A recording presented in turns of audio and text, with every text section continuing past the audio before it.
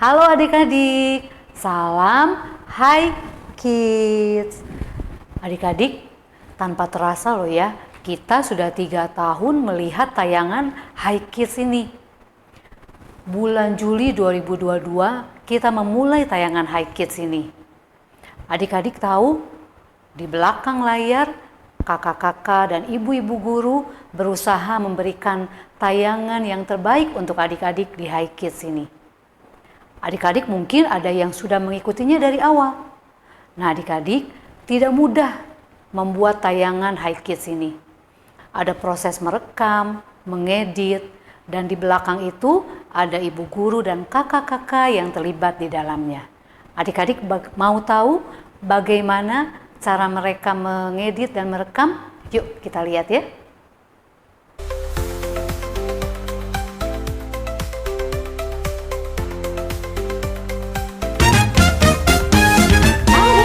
Selamat pagi. Apa kabar? Baik, puji Tuhan. Bu Marita gimana kabarnya? Puji Tuhan baik juga. Adik-adik semua.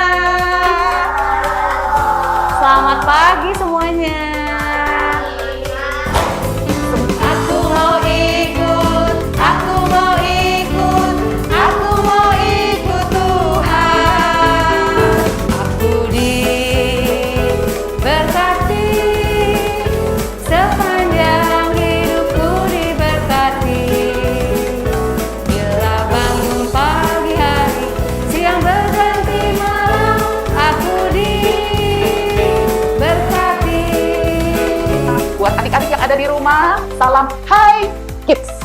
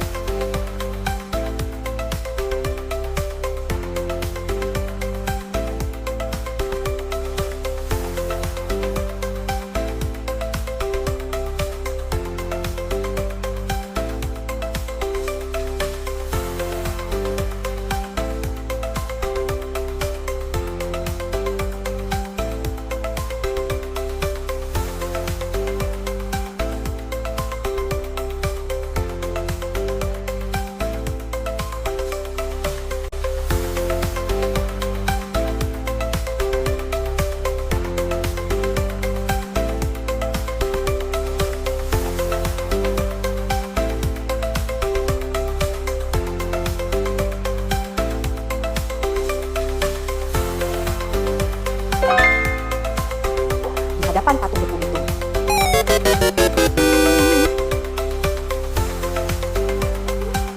Adik-adik, ketika kita memiliki segala sesuatu, kita Salam GKI. Hai anak-anak semuanya. Gimana sih? Lupa aku. sampai jumpa adik-adik. Salam hai. Salah Sel.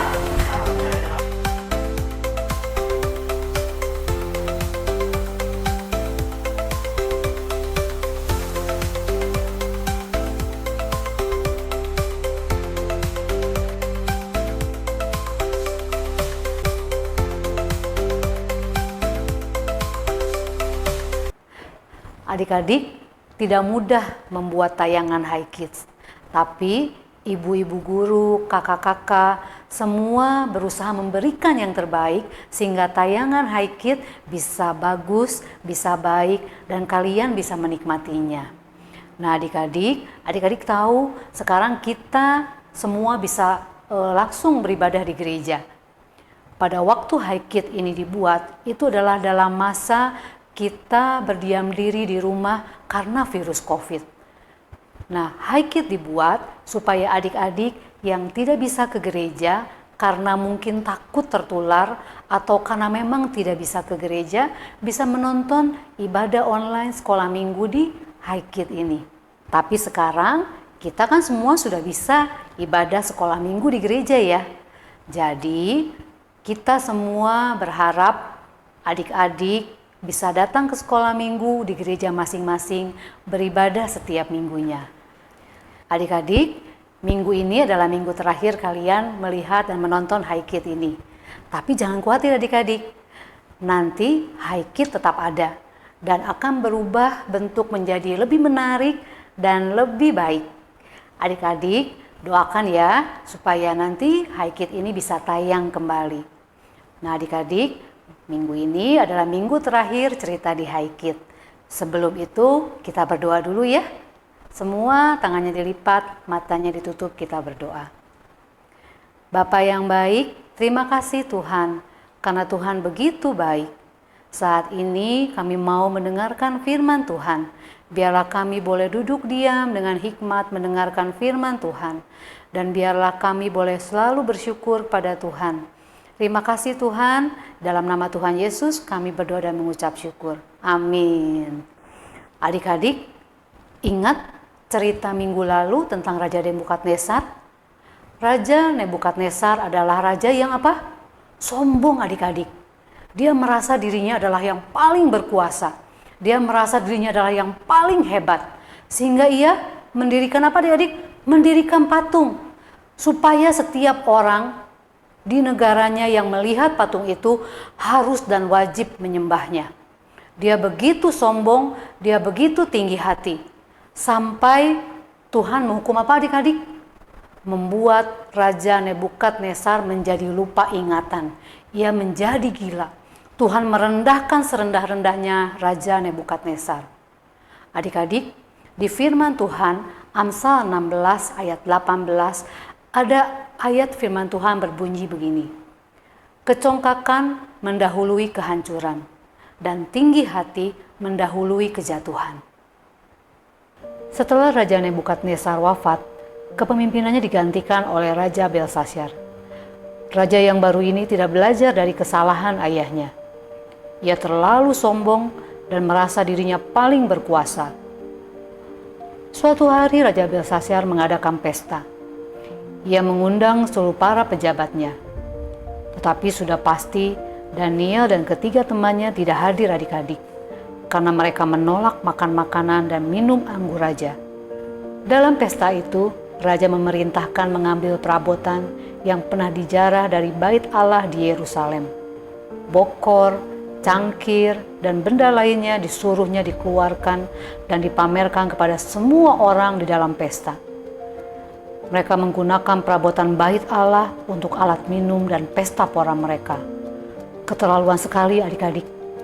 Bayangkan, peralatan yang ada di dalam rumah Tuhan dipakai untuk pesta pora.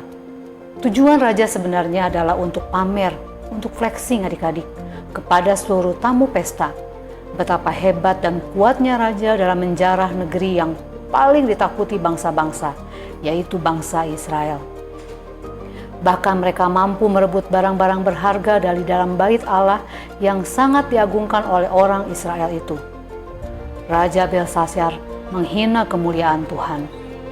Allah memperingati perbuatan raja. Tiba-tiba di pesta itu, raja melihat punggung tangan sedang menulis di dinding istana. Raja menjadi pucat pasi, tubuhnya gemetar karena takut, hatinya gelisah adik-adik. Ia bingung, apakah ia sedang mabuk atau ada apa ya? Raja berteriak keras, "Hei, lihat! Semua orang pintar lihat apa yang ditulis di tembok itu. Lihat! Ayo, beritahu apa tulisan itu. Siapa yang bisa akan aku berikan pakaian mewah, kalung, rantai emas dan jabatannya akan aku naikkan menjadi orang kepercayaan ketiga."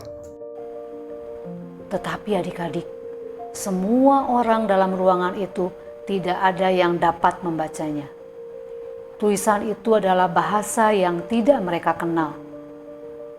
Mungkin sama seperti kalian ketika melihat tulisan Jepang atau tulisan Yunani. Bisa melihat, tetapi tidak bisa membacanya, apalagi mengerti maksudnya. Hati raja bertambah cemas.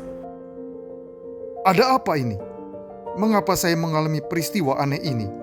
Kok bisa lihat punggung tangan tapi gak kelihatan orangnya? Itu tulisan apa? Mengapa tidak ada yang mengerti?